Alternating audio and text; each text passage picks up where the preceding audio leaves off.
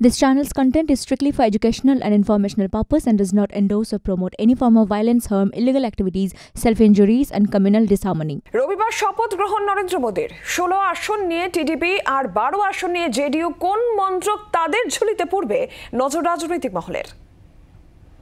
রাষ্ট্রপতি ভবনে এখন সাজো সাজো রব।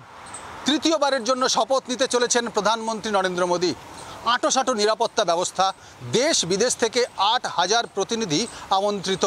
আর সেই আমন্ত্রিত তালিকায় রয়েছে বাংলাদেশ, শ্রীলঙ্কা, মরিশাস এবং নেপাল, ভুটান সহ অন্যান্য দেশের রাষ্ট্রপ্রধানরা। এই ৮,০০০ অতিথির পাশাপাশি রাজ্য থেকে, দেশ থেকে বিভিন্ন অতিথিরা আসছেন। আর তাদের নিরাপত্তা নিশ্চিত করতে একেবারে তৎপর দিল্লির বিভিন্ন এজেন্সিগুলি। মঙ্গলবার লোকসভা ভোটের ফল ঘোষণা হয়েছে। বুধবার প্রধানমন্ত্রী পদ থেকে ইস্তফা দিয়েছেন মোদি। রবিতে ফের প্রধানমন্ত্রী পদে শপথ। এরপরেই মোদি ছুঁয়ে ফেলবেন প্রধানমন্ত্রীত্বে জওহরলাল নেহরুর হ্যাট্রিকের রেকর্ড।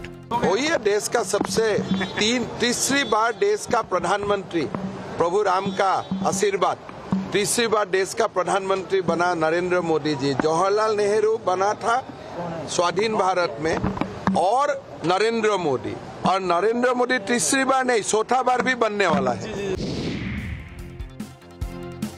মোদির শপথ গ্রহণ অনুষ্ঠানে আমন্ত্রণ জানানো হয়েছে বাংলাদেশ, শ্রীলঙ্কা, মরিশাস, নেপাল, ভুটান সহ একাধিক দেশের রাষ্ট্রপ্রধানকে।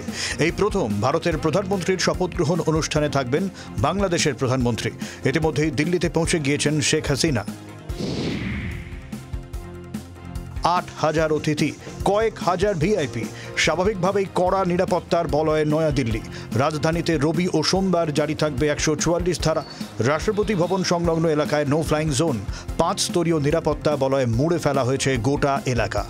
তৃতীয়বারের জন্য শপথ নিতে চলেছেন নরেন্দ্র মোদী সরকারের এবার এনডিএ ৩ সরকার এবং সেই ৩ সরকারের মোট ১৮ জন মন্ত্রী শপথ নিতে চলেছেন প্রধানমন্ত্রীর সঙ্গে। তৎপরতা তুঙ্গে, দিল্লি পুলিশ তৎপর নিরাপত্তা আঁটোসাঁটো করতে রাজধানী জুড়ে সাজো সাজো রব।